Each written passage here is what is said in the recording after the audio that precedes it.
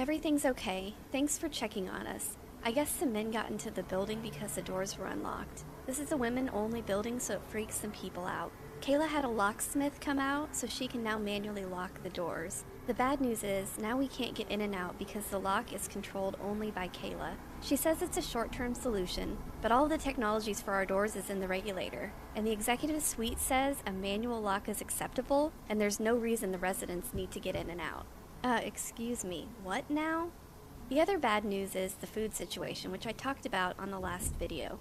We've noticed some patterns. Even though the system is allegedly randomly malfunctioning, after talking, it seems like people are punished via food access. Here are some things we've discovered. Rhea hasn't been able to access food for weeks now. She was the first person to ditch her glasses and wrap her gloves. More people are starting to do the same, and their food access got disrupted within hours or days after doing so. To prove that's not just a coincidence, we found a handful of people who never stopped wearing their glasses and gloves. Guess what? Their food has never been interrupted, and they say they now get more than they used to before. And also, if anyone shares their food, they start having access issues. But if something really bad happens to you, like with Zoe, the woman who was trapped in her room, you can suddenly access as much food as often as you want. However, she thinks the reason she was trapped in her room was because she was talking about ditching her glasses and gloves, and probably even a bigger deal, she shared food with Rhea.